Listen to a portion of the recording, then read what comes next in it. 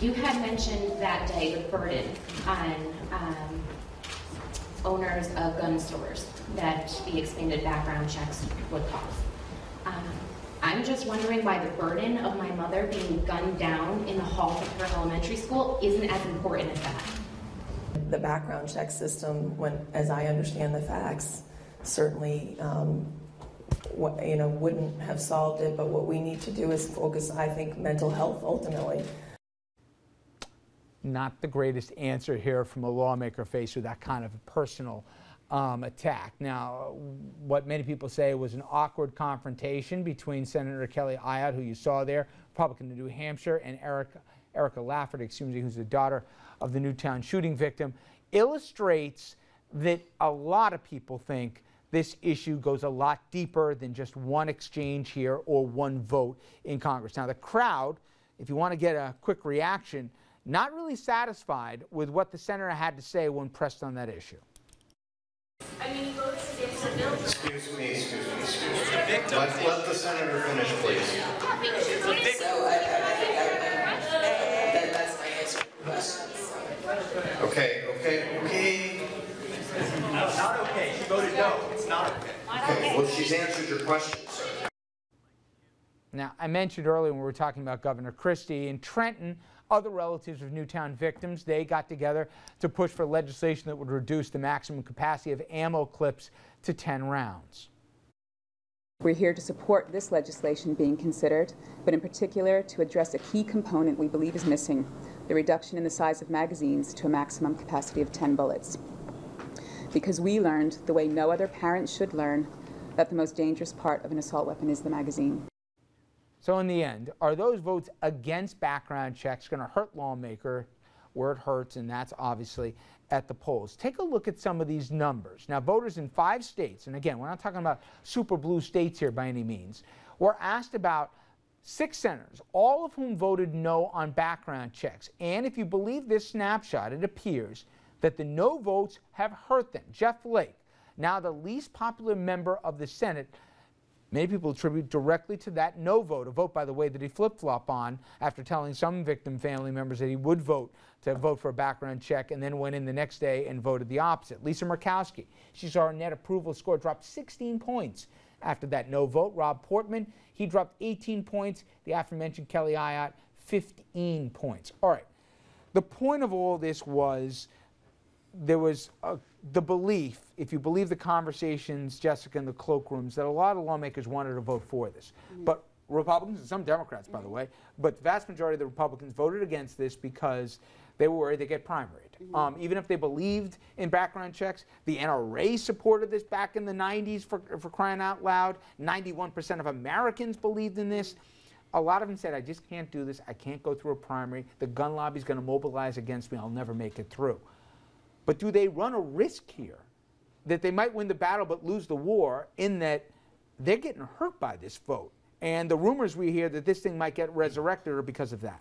Well, I looked at the poll a little bit. I didn't have time to totally dig in on it, but it's not quite as bad as those numbers make it out to be. And they did see, and it's from a left-leaning pollster. Exactly, it's a left-leaning pollster, so I don't necessarily buy those numbers. And you're at a poll is a snapshot in time, and you're at a time right now which is pretty far from their actual re-election.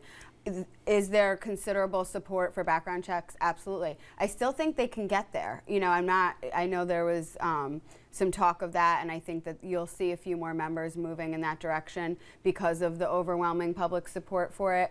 But I actually give Kelly Ayotte an enormous amount of credit for going out there. It's a really sensitive issue. She went out and held a town hall and is trying to have a debate and be open about it. It's obviously not the most comfortable topic for her.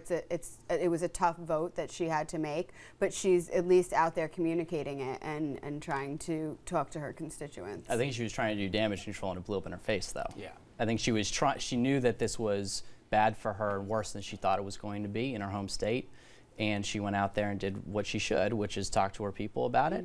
And then this organization put these people front and center at that meeting and embarrassed her. And good for them for calling her on it, but she does need to keep going out there and explaining her vote. Look, she needs to have a better answer, I think. But her like, if the answer is we got to focus on mental health, and you're telling Yeah. that to a victim who lost a parent to gun violence, that's not a sufficient Well, answer. that was just even a if it was small just the clip two of of them what around. she said. What she was saying was, as a former prosecutor, I would like to see the thousands of laws that are already on the books be better enforced. And she did explain that in more detail, which wasn't shown.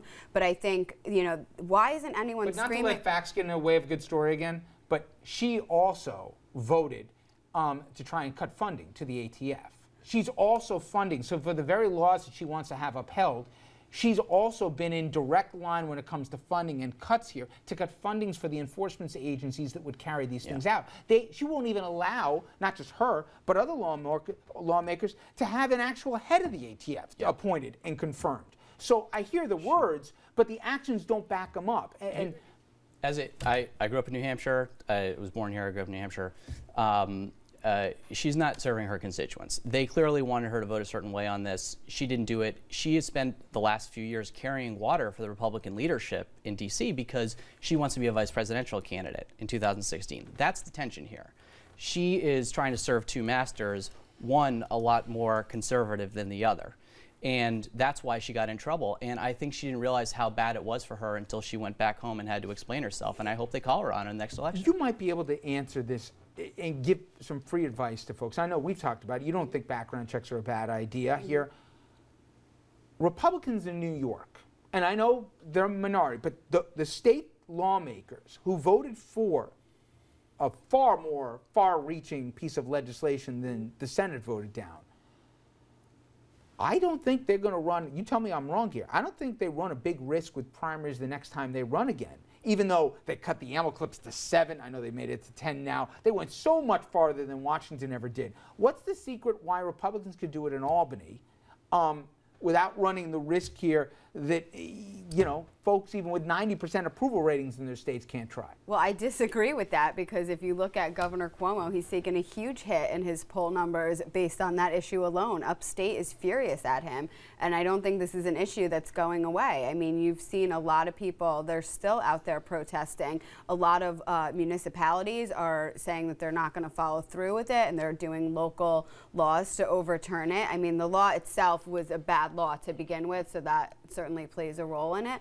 But he has taken a huge political hit on it, and so have some of the individual, especially Republican senators. So I don't think that you can say by any means that this wasn't a political risk and that people in Washington don't feel the same way. If they got it out of the way now, they wouldn't have to deal with this later. It's not going away, Dominic. Disagree. I mean, the timing of this thing, right? But they are betting that it will. Jessica's right about a poll being a snapshot in time. And if the poll is not going the way that you want it to go, what's in your favor is that you're hoping as time goes on, as the focus goes on to other issues, that the negatives will go away. But here's the difference. You and I have a benefit that those guys in Washington don't. We've covered the news for many years. We know it's not when, but if, and unfortunately, I know I'm right on this and I don't want to be, there will be another shooting. Okay? Mm-hmm. I mean, look at recent history. It's the facts might be different. It might be another part of the country. The shooter might look different here, and the victims may not be children in the school, but it will happen. And once again, we're going to go through this question. We don't even know where those guys in Boston got the guns, but we know they got them illegally. We're going to learn that fact out pretty soon. This will keep coming up, and around Election Day next year, right? This is going to be an issue yet again. But let me quote a real smart guy that made this comment twice during this show. Why let the facts get in the way of a good story? That was your quote. If you want to be vice president on the Republican ticket, you're not concerned about the guns right now. You're concerned. No, it does not matter, because all politics are local, as you know. It's not the vote that matters. It's going to be who wins the debate at election time over this issue. And I think Democrats are smart. They're not going to call this gun control. They're going to call this background checks, right? They screwed up with a branding idea. There is time to remessage it. There is time to explain this in a way that makes it sound like a sensible solution, because it is. And those people will be fine. I mean, I really do think that. And the more that we talk about this in Washington, the more we talk about it locally, the better it is for gun control advocates. Do you think, I'll let this be the last one on the subject, do you think there's going to be another vote on background checks? In Washington Senate, or yes, I think it's hard for them to it's gonna look different, but it's hard for them to drop this. It's pretty embarrassing that it happened. I think the White House kind of got cover from a really, really bad Republican leadership. And they failed as much as the Republican leadership did, but they didn't get the blame. So they're going to have to recover before somebody figures that out.